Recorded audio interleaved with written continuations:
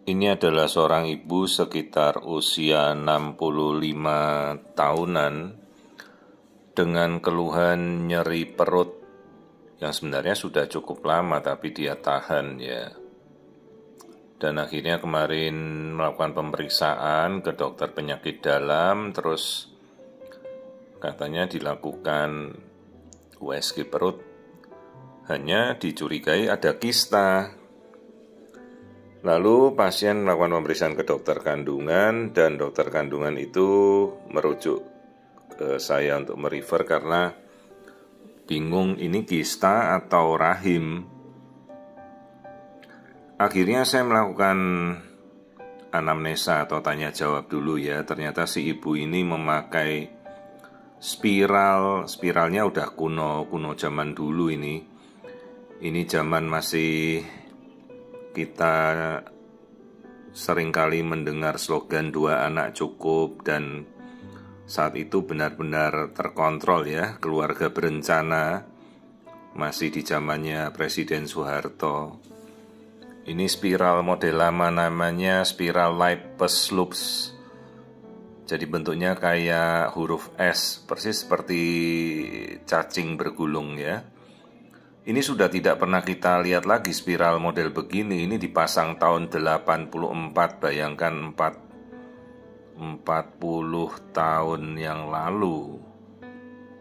Dan ibu katanya tidak ada keluhan, makanya dibiarkan saja, tidak pernah kontrol. Ternyata spiral ini jadi menyumbat mulut rahimnya ya. Jadi di dalam ini cairan darah di dalam haidnya terakhir mungkin itu sudah berapa puluh tahun yang lalu tidak bisa keluar. Jadi saya lakukan pemeriksaan, ternyata mulut rahimnya sudah bumpet ya, sudah buntu, harus dibuka kembali dan spiralnya dikeluarkan. Ya, spiral ini sifatnya benda asing, tapi dia kan bahan bakunya plastik, tidak bisa diserap tubuh, tidak bisa hilang. Ya tetap harus dicopot lah pada kondisi ibu yang sudah menopause, sudah puluhan tahun kan. Malah akhirnya bikin masalah, jadi nyeri seperti ini. Untung spiralnya tidak kemana-mana ya. Jadi saya berikan rujukan kembali pada dokter kandungan yang merujuk. Ini bukan kista, tapi ini adalah spiral yang masih berada di rahim, bentuknya seperti huruf S begitu ya, namanya IUD Lippes Loop. Ini IUD masa kuno dulu ya, masa lalu. Kalau sekarang kita sudah tidak pernah melihat IUD seperti ini. Sekarang bentuknya seperti huruf T ya. Jadi ini rahimnya itu, jadi mulut rahimnya bumpet, buntu, namanya occlusio cervix. Jadi yang perlu kita lakukan ya kita buka mulut rahimnya, namanya kita busi. Jadi kita bikinkan saluran dari mulut rahim itu supaya cairan di dalam keluar, sekaligus kita mencabut spiralnya lah.